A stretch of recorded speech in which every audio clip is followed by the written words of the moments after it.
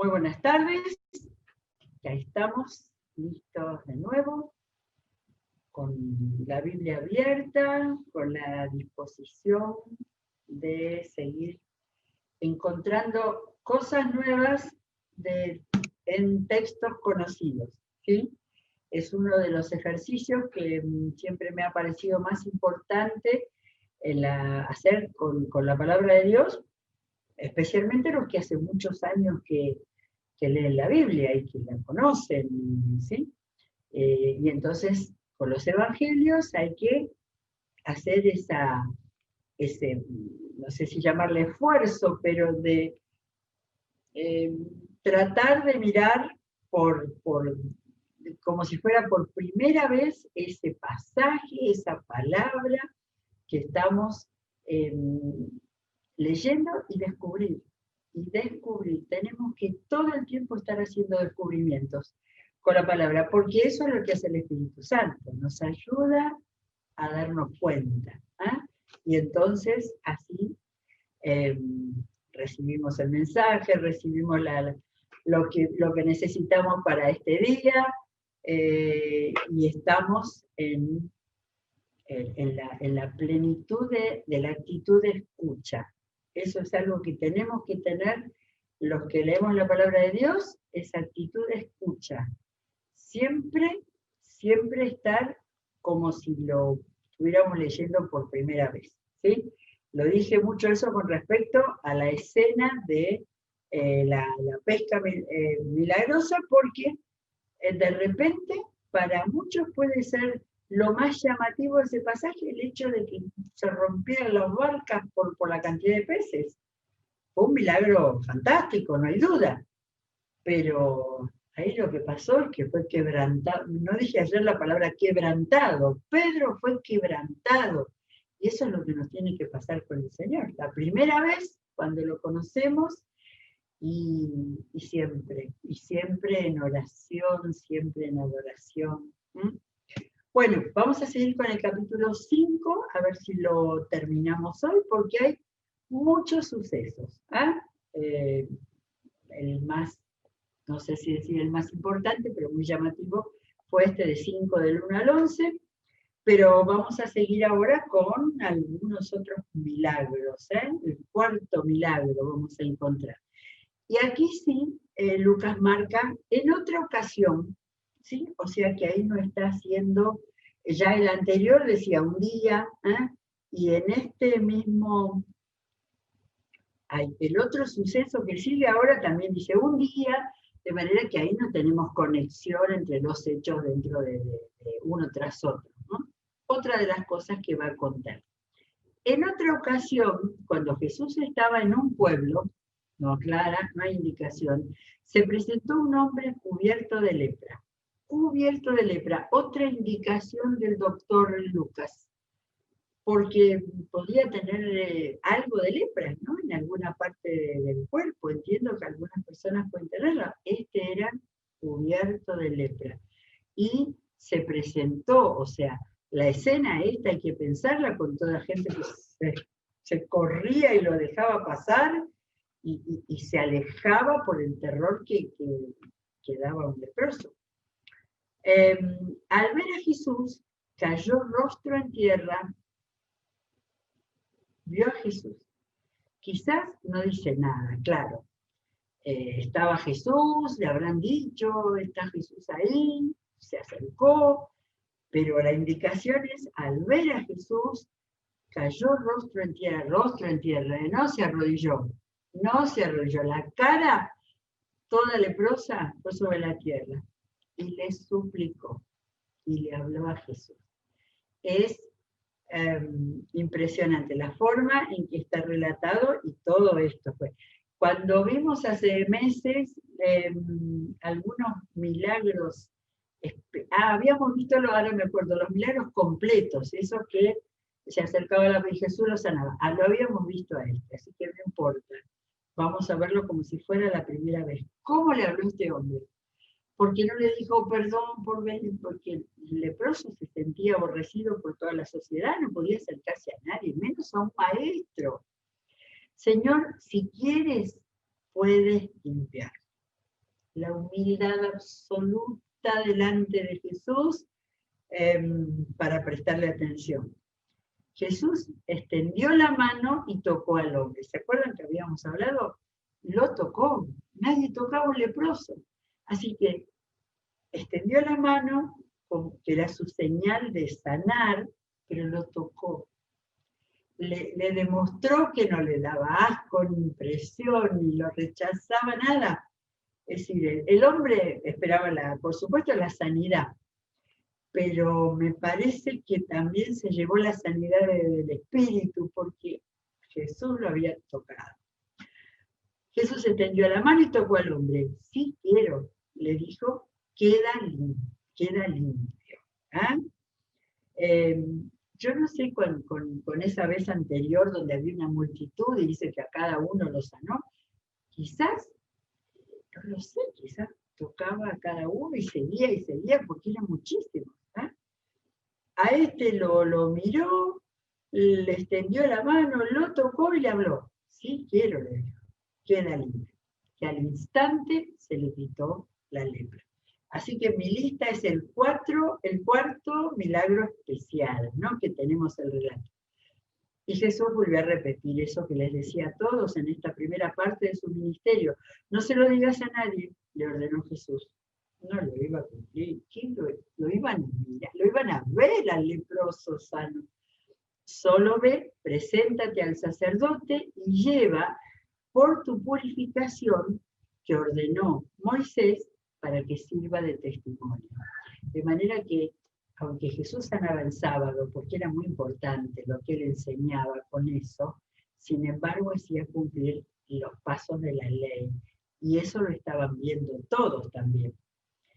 Sin embargo, le dijo que no hablara, la fama de Jesús se extendía cada vez más, de modo que acudían a él multitudes para oírlo y para que les sanara de enfermedades. Me gusta mucho eso ahí, que era para oírlo, que pone oírlo en primer lugar. Posiblemente por estos, ¿no? Por estos pequeñas indicaciones que nos da Lucas, no era que solamente Jesús llegaba a un lugar y sanaba. Primero predicaba el Evangelio. ¿Eh? Y lo que le dijo a los otros al final del capítulo 5 es que tengo que ir a anunciar. No dijo que tengo que ir a sanar más gente. Lo que pasa es que por su autoridad de poder venían a buscar en él sanidad. Así que la fama de Jesús se extendía cada vez más, de modo que acudían a él multitudes para oírlo, para que lo sanara de sus enfermedades. Y podría terminar este pasaje en el versículo 16, ¿no? Lucas dice, él, por su parte, porque eso era lo que hacía, pero ¿qué pasaba con él? Era una persona. Solía retirarse a lugares solitarios para orar. ¿Sí? Ya se nos había dicho antes, Jesús oraba antes del bautismo, Jesús fue a orar en esos 40 días en el desierto, además de pelear con el diablo. ¿Eh? Pero acá se nos marca sus prácticas y cómo mantenía su vida devocional. Solía retirarse a lugares solitarios para orar. Tomarlo, todo hay que tomarlo, todo lo que Jesús hacía hay que tomar. Un día, voy por el versículo 17, mientras enseñaba, estaban sentados allí algunos fariseos y maestros de la ley. Acá empezamos con la oposición. ¿Eh? Pero vamos a ver. Algunos maestros y fariseos y maestros de la ley que habían venido escuchen, de todas las aldeas de Galilea y Judea y también de Jerusalén. Así que necesito el mapa. ¿Será posible que tengamos el mapa? Porque, fíjense, uno lo ha leído toda la vida, los que lo han leído toda la vida, uno lo lee y lee los lugares. A ver, habían venido de las aldeas, de todos esos pueblitos que están ahí en la provincia de Galilea, y de Judea, había que pasar por Samaria, de verde clarito, y del gris oscuro, y ahí recién estaba la provincia de Judea. Habían atravesado todo el país. O sea, ya acá, capítulo 5 del Evangelio de Lucas, tenemos que la popularidad de Jesús había llegado. Y entonces, habían venido de todas las aldeas de Galilea, de Judea y también de Jerusalén.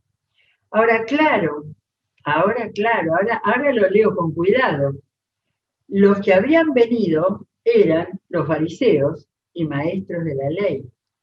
Los que venían a ver, a ver qué trae este hombre, será un... No, ahí venían con el dedito preparado para señalarlo. Así que, por más que Jesús le había dicho a todos aquellos que había sanado, que no hablen, que no digan nada, ya su fama había llegado a Jerusalén. Así que los maestros de la ley, los fariseos, dice de toda la provincia de Judea, y cuando dice, y también de Jerusalén, era marcando, y de la capital, de la ciudad más importante, en la que estaba el templo, ¿eh? El centro de este país. Y el poder del Señor estaba con él, fíjense. Primero marca Lucas,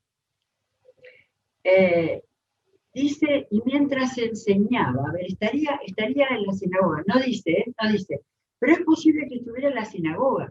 Y entonces estaban sentados, ¿verdad? Me los imagino así, sentaditos ahí, todos estos que habían venido, y era muy importante marcar. ¿Se imagina la gente ahí diciendo, mirá, hay unos fariseos, esos son de Jerusalén, yo los vi cuando fui a entregar las ofrendas, mirá, vinieron. Se corrió la voz, quizás había inquietud en la gente, decía, vienen a ver qué dice Jesús. Pero Lucas, que siempre pone la palabra justa, dice, y el poder del Señor estaba con él para sanar a los enfermos. Porque el principal problema de esta gente, en principio, no era lo que enseñaba, era que sanaba. Entonces, acá preparan la foto, porque acá hay que ver esta escena. Ya tenemos el entorno, ya tenemos los que estaban ahí mirando lo que iba a pasar. Entonces llegaron unos hombres que llevaban en una camilla a un paralítico. No habíamos tenido paralítico hasta ahora, ¿no? No. Procuraron entrar para ponerlo delante de Jesús, pero no pudieron a causa de la multitud. La palabra multitud aparece y aparece un montón de veces. Así que subieron a la azotea y separando las tejas, lo bajaron en la camilla y hasta ponerlo en medio de la gente frente a Jesús. Me parece que esta es la mejor explicación de esto, porque durante mucho tiempo yo creía que habían roto el techo, diciendo, pero ¿cómo ese pobre? Entonces estaba en una casa, ¿no? Acá estaba en una casa. ¿Cómo hicieron? No, separaron las tejas, porque parece que el armazón de los techos de las casas era así, no era algo cementado, no tengo idea, o quizás en la parte de la chimenea o algo así. Entonces lograron bajarlo en la camilla y ponerlo en medio de la gente frente a Jesús. El narrador Lucas es extraordinario como todos los detalles. Y acá alguien que supiera dibujar arma la escena perfectamente con todos los detalles. Al ver la fe de ellos, Jesús dijo. El asunto es que Jesús los miró y vio la fe de quién, del paralítico, no, de los amigos. Vio ahí que, fíjense que en otro lado, al costado, estaban esos otros que habían venido nada más que a investigar. Pero estos amigos que traían al paralítico, estos hombres tenían sed de ver que Jesús pudiera hacer algo. Entonces Jesús dijo al ver la fe de ellos, amigo, tus pecados quedan perdonados. Eso no le importaba nada, porque si algo era que no tenía que decir era hablar de pecados perdonados. Hasta ahora no habíamos visto nada de perdón de pecados más que a Pedro, digamos, ¿no? sí a Pedro. Pero entonces acá, bueno, dice, los fariseos y los maestros de la ley comenzaron a pensar, no es que dijeron nada. Lucas pone lo que pensaban, Jesús lo sabía lo que pensaban. ¿Quién es este que dice blasfemias? ¿Quién puede perdonar pecados sino solo Dios? Pero Jesús supo lo que estaban pensando y les dijo, ¿por qué razonan así? Fíjense que la actitud de Jesús de ninguna manera es confrontativa, muchas veces lo hizo, cuando se cansó de esta gente. Pero quizás esta era de las primeras o la primera vez que tenía que explicar lo que hacía y a la vez predicaba el Evangelio, ¿no? Por eso los trató respetuosamente, porque no eran ignorantes, eran gente que razonaba, y por eso le dijo, ¿por qué razonan así? ¿Qué es más fácil decir? ¿Tus pecados quedan perdonados? ¿O levántate y anda? Claro, porque nadie podía comprobar. Es muy buen razonamiento el de Jesús, ¿no? Si yo dije eso, nadie puede comprobar si los pecados, según lo que creían ellos. Claro que era muy importante para el hombre, no sé si el hombre entendía. Algunas personas que reciben milagros del Señor, a lo mejor a veces no toman una parte del milagro y no entienden todo lo que significa ese milagro, ¿no? Pero él estaba haciendo un planteamiento. Jesús no dijo eso porque se le escapó, ni porque le importó más perdonar la salvación de ese hombre, que por supuesto le importaba, pero él ahí tenía todo el entorno que lo estaba mirando y juzgando. Es decir, él quería dar una enseñanza. Entonces, el perdón de los pecados no era algo que se comprobara. Por eso le dijo, ¿qué es más fácil decir? ¿Eso que acababa de decir o levántate y anda? Y entonces lo que Jesús contestó era, con lo que terminó, cerró ese mensaje que les estaba dando, pues para que sepan que el Hijo del Hombre, primera vez que lo escuchamos, que leemos de él, que habla de él como el Hijo del Hombre, rememorando a Daniel, que ponía Hijo del Hombre, que se llamaba Hijo del Hombre, pero para que sepan que el Hijo del Hombre tiene autoridad en la tierra para perdonar pecados, se dirigió entonces al paralítico. Jesús giró, se dio vuelta, se puso frente al hombre y ahora le importaba el hombre. A los otros les estaba dando una lección, pero a él le importaba el hombre. Se dirigió al paralítico, a ti te digo, levántate, toma tu camilla y vete a tu casa. Completo, porque no solamente le dijo, levántate y probá que podés moverte y que podés caminar, levantar las piernas, ¿sí? Le dijo, vete a tu casa. Le dijo, volvé a tu vida normal. Mientras los otros estaban discurriendo como para tratar de cuestionarlo a Jesús, lo estaban cuestionando, ¿sí?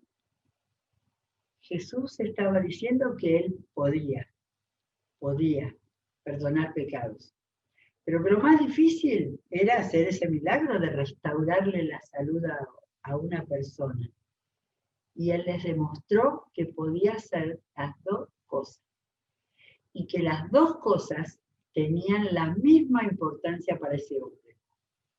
Porque creemos que ese hombre se había convertido, que ese hombre había reconocido a Jesús. Miren, al instante se levantó a la vista de todos. Lucas no pierde nada, a la vista de todos, no allí que había dos que lo tapaban, no, a la vista de todos, tomó la camilla en que había estado acostado, no la dejó tirada ahí, prolijito y todo, agarró la camilla y se fue a su casa alabando a Dios. Mientras los otros estaban mascullando la bronca por haber sido puestos en evidencia, por estar cuestionando a Jesús, que había hecho un doble milagro, ¿eh? Este hombre había recuperado la sanidad y había recuperado la vida porque había encontrado a Dios. Todos quedaron asombrados y ellos también alababan a Dios. La gente que está ahí mirando alababa a Dios. Estaban llenos de temor y decían, hoy hemos visto maravillas. Y seguramente entre esos todos, que ya vimos 2 o 3, ¿no? Que había multitud, todos iban. Hasta ahora, hasta el capítulo 5:30, todo lo que tenemos y gente que se asombraba, que veía maravillas, que reconocía autoridad y poder. ¿Sí? De manera que estamos haciendo el camino del segundo año de ministerio de Jesús, lo estamos siguiendo y estamos viendo la manera en que Jesús actuaba y estamos viendo la manera en que la gente lo recibía. Menos los fariseos y los maestros de la ley, que ellos estaban sellados con su sabiduría, con sus convicciones, con la ley, entonces estaban bloqueados para poder ver, recibir y aceptar.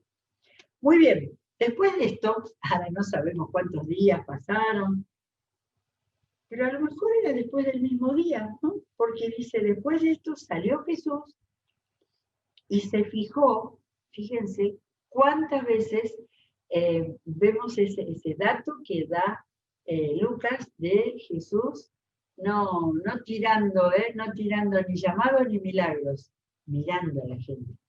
Se fijó en un recaudador de impuestos llamado Leví, sentado a la mesa donde cobraba.